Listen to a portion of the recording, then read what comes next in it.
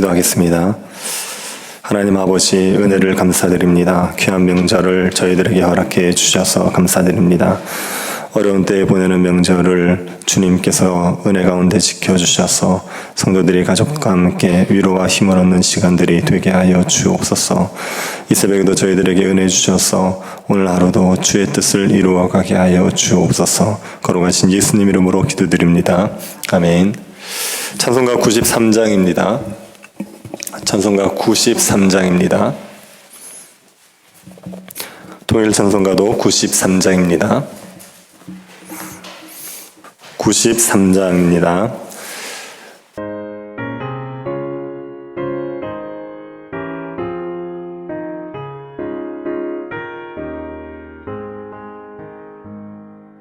예수는 나의 힘이요 내 생명 되시니 구주 예수 떠나 살면 죄 중에 빠지니 눈물이 앞을 가리고 내 맘에 근심 쌓일 때 위로하고 힘 주시니 주 예수. 예수는 나의 힘이요 내 친구 되시니 그 은혜를 간구하면 풍성히 받으리. 햇빛과 비를 주시니 추수할 곡식 많도다. 귀한 열매 주시느니 주 예수.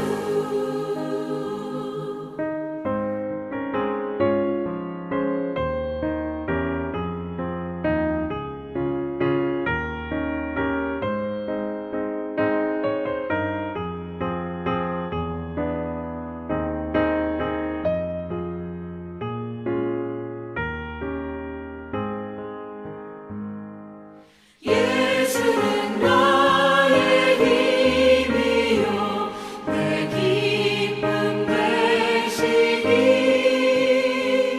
그 명령을 준행하여 늘 충성하겠네. 주야로 보호하시며 바른 길 가게 하시니 의지하고 따라가리. 주 예수. 예수는 나의 힘이요 내 소망 되시니 이 세상을 떠나갈 때 곧 영생 얻으리. 한없는 복을 주시고 영원한 기쁨 주시니 나의 생명 나의 기쁨 주 예수.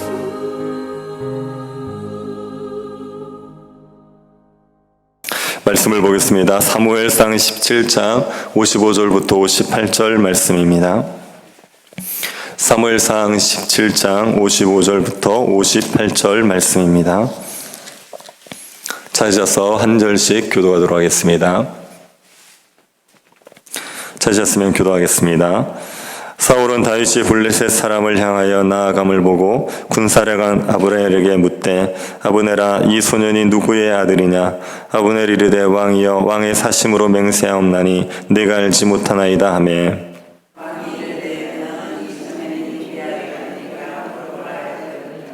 다윗이 그 블레셋 사람을 죽이고 돌아올 때 그 블레셋 사람의 머리가 그의 손에 있는 채 아브넬이 그를 사울 앞으로 인도하니 다윗이 대답하되 나는 주의 종 베들레헴 사람 이새의 아들이니이다 하니라. 아멘. 오늘 본문은 사울이 다윗을 만나는 장면입니다. 그런데 이 본문은 어색합니다.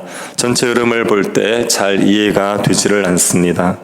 오늘 본문에 보면 사울이 다윗을 모르고 있는 것처럼 느껴지지 않습니까? 55절을 다시 한번 보시기 바랍니다.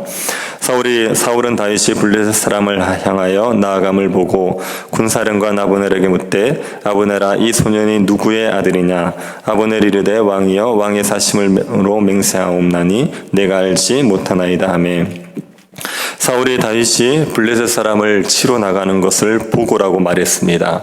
다윗이 블레셋 사람을 향해서 나아간다는 말은 다윗이 골리앗과 싸우러 나간다는 말입니다. 다윗은 사울을 설득해서 골리앗과 싸우러 나갔습니다. 사울은 골리앗과 싸우러 나가는 다윗을 보면서 옆에 있는 군사령관 아브넬에게 물은 겁니다. 이 소년이 누구의 아들이냐? 이 말을 보면 사울이 다윗을 모르고 있는 것 같습니다. 다윗의 정체를 알 수 없어서 이 소년이 누구의 아들이냐 물어본 것 같습니다.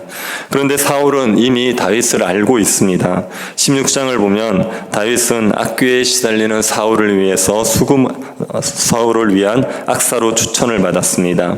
사울은 다윗을 만나보고는 몹시 마음에 들었지요. 그래서 이새에게 전령을 보내 다윗을 자신의 무기 드는 자로 쓸 수 있게 해달라고 했습니다. 이새가 사울의 명령을 받들어서 다윗을 사울에게 보내줍니다. 그래서 사울이 다윗을 무기 드는 자로 채용을 했습니다.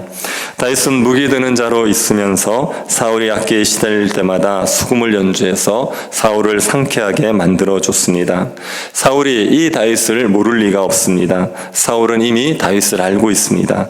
그런데 사울은 이 소년이 누구의 아들이냐고 묻습니다.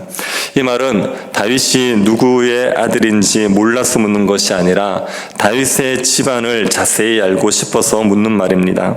사울은 다윗의 용맹함을 보고 도대체 어떤 집의 아들인지 궁금했을 수 있습니다. 그리고 혹 다윗이 골리앗과의 싸움에서 승리하면 사울은 다윗을 사유로 삼아야 됩니다. 사울이 골리앗을 죽인 자를 사유로 삼고 많은 재물을 주고 세금을 면제해 주기로 했기 때문에 사울의 입장에서는 다윗이 누구의 아들인지 자세히 알고 싶었을 것입니다. 그래서 아브넬에게 물었습니다. 이 소년이 누구의 아들인가? 아브넬은 다윗의 집안에 대해서 알지 못했죠. 그래서 왕의 사심을 가리켜 맹세하옵나니 내가 알지 못하나이다 라고 말합니다. 아브넬이 군사령관입니다.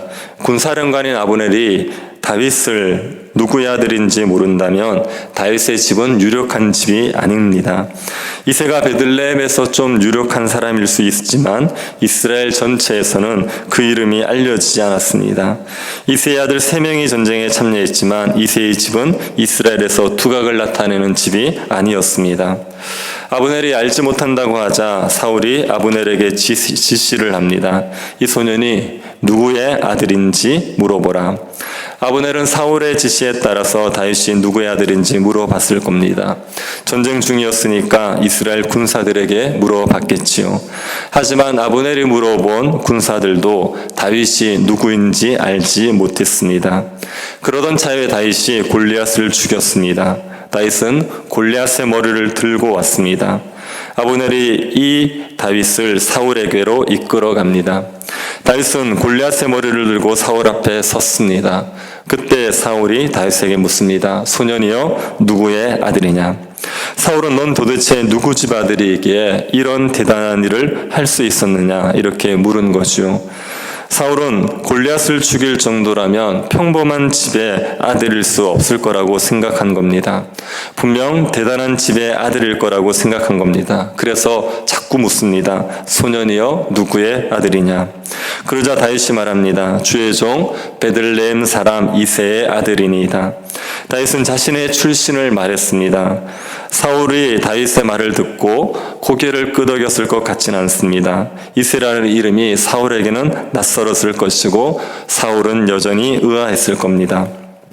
사울은 다윗이 누구의 아들인지 몰랐습니다. 아브넬도 다윗이 누구의 아들인지 몰랐습니다. 다윗은 세상적으로 이름이 있는 집의 아들이 아닙니다.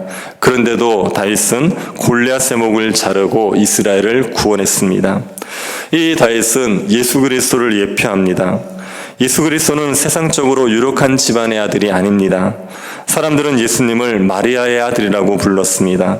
그 당시 사람들은 마리아가 누군지 몰랐습니다. 예수님은 이름 없는 집의 아들입니다. 그런데 이 예수님께서 사탄의 머리를 박살내 버리셨습니다. 사탄의 머리를 박살내고 하나님의 백성들을 구해내셨습니다. 세상에서 유명한 사람들, 이름만 대면 알 수 있는 사람들이 하지 못했던 일을 예수님이 하셨습니다. 예수님께서는 창세기 3장 15절에 예언했던 그 여자의 후손입니다. 하나님께서 여자의 후손이 와서 사탄의 머리를 상하게 할 것이라고 하셨습니다.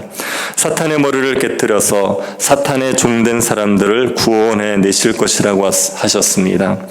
이 여자의 후손은 아브라함의 자손이기도 합니다. 아브라함의 자손 중에 한 명으로 인하여서 천하 만민이 복을 받을 것이라고 하셨습니다. 여자의 후손이요 아브라함의 자손은 유다 지파에서 태어나게 되어 있습니다. 야곱이 유다에게 축복을 하면서 통치자의 막대기가 유다에게서 떠나지 않을 것이라고 했습니다. 창세기 49장 10절에 이렇게 되어 있습니다.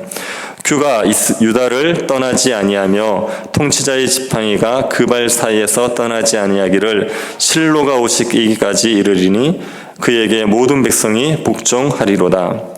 유다 지파에서 왕이 나서 다스린다고 합니다. 언제까지 왕이 나서 다스립니까? 실로가 오시기까지입니다. 실로는 메시아를 말합니다. 이스라엘의 참된 왕인 메시아가 오시기까지 유다 지파에서 통치자가 나올 거라고 했습니다. 다윗이 이 유다 지파입니다. 유다가 예언한 것처럼 유다 지파에서 왕이 나왔습니다. 그리고 하나님께서 다윗과 언약을 하셨죠. 다윗의 왕위가 영원히 계속될 것이라고 언약을 맺었습니다. 이 다윗의 후손 중에 메시아가 나오게 됩니다. 그 메시아가 바로 예수 그리스도입니다. 예수 그리스도는 유다 지파이고 다윗의 후손입니다. 예수님이 사탄의 머리를 깨뜨릴 여자의 후손입니다. 예수님의 집안은 세상 사람들이 알아주는 집안이 아니었습니다. 나사렛 목수의 집을 누가 알아줍니까? 마리아라는 여자를 누가 알아줍니까? 예수님의 집은 세상적으로 보잘것없는 집입니다. 그런데 하나님께서는 이미 오래전부터 예수님을 이 집을 통해 보낼 것을 계획하셨습니다. 유다 지파에 속한 다윗의 후손인 요셉의 집에, 마리아의 집에 보낼 계획을 가지고 계셨습니다. 그래서 세상적으로 보잘것없는 집에서 태어난 예수님이지만 사탄의 머리를 깨뜨리고 하나님의 백성을 죄와 사망의 권세에서 구원해 내셨습니다. 우리는 이 예수 그리스도를 의지함으로 죄와 사탄의 권세를 이길 수 있습니다. 이스라엘은 다윗의 승리에 함께 동참을 했습니다. 이스라엘은 골리앗을 이기지 못했습니다. 골리앗이 두려워서 골리앗이 퍼붓는 욕을 다 먹고 있었습니다. 그런데 다윗이 골리앗을 이김으로 인하여서 이스라엘 백성들도 그 승리에 동참을 했습니다. 마찬가지로 우리는 예수 그리스도의 승리에 동참을 합니다. 우리는 죄와 사탄의 권세를 이기지 못합니다. 우리는 사망을 이길 수 없습니다. 그런데 예수 그리스도께서 죄와 사탄의 권세를 이기셨고 사탄의 머리를 박살내셨습니다. 그리고 사망을 이기셨습니다. 우리는 이 예수 그리스도를 믿음으로 예수 그리스도의 승리에 함께 동참합니다. 우리가 어떤 신분의 사람인지 상관없습니다. 우리가 어떤 학벌을 가졌고 어떤 집안을 가졌는지 상관없습니다. 우리가 예수 그리스도를 믿기만 하면 우리는 예수 그리스도의 승리에 동참해서 죄와 사탄의 권세를 이기고 사망을 이길 수 있습니다. 여러분이 예수님을 믿으시지 않습니까? 예수님의 십자가와 부활을 믿으시지요.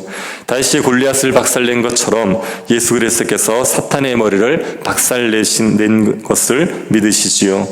예수 그리스도를 믿으신다면 죄와의 싸움에서 얼마든지 승리할 수 있다는 것을 것을 기억하십시오. 예수님을 믿음으로 우리는 죄에 대해서 죽은 자입니다. 죄의 권세에서 벗어난 자들입니다. 그래서 얼마든지 죄를 이기며 살아갈 수 있습니다. 신자가 하나님 나라를 누리지 못하는 이유는 죄 때문입니다. 세상을 사랑하기 때문입니다. 우리 안에 탐욕이 있기 때문입니다. 신자의 마음에 미움과 원망이 있기 때문에 하나님 나라를 누리지를 못하는 겁니다. 신자들이 이 죄 때문에 하나님 나라를 누리지 못하는 것을 알면서도 죄를 끊지를 못합니다. 죄를 이기지를 못합니다. 죄를 이기는 것이 불가능하다고 생각해서 그렇습니다. 그런데 신자는 얼마든지 죄를 이길 수 있습니다. 예수 그리스도의 승리에 동참한 자이기 때문에 얼마든지 죄를 이기고 의롭게 살면서 하나님 나라를 누릴 수 있습니다. 죄를 이기기 위해서 예수 그리스도께로 가십시오. 예수 그리스도를 의지하십시오. 예수 그리스도에 대해서 알기를 힘쓰고 예수 그리스도에 대한 믿음을 견고하게 하십시오. 예수님이 우리를 얼마나 사랑하셨는지를 알기를 힘쓰시며 예수 그리스도를 가까이 하시면 얼마든지 죄를 이기고 하나님 나라의 사명을 감당할 수 있습니다. 나 같은 자가 어떻게 죄를 이기겠냐 이런 생각을 하지 마시고 예수님을 믿음으로 죄를 이길 수 있다고 생각하십시오.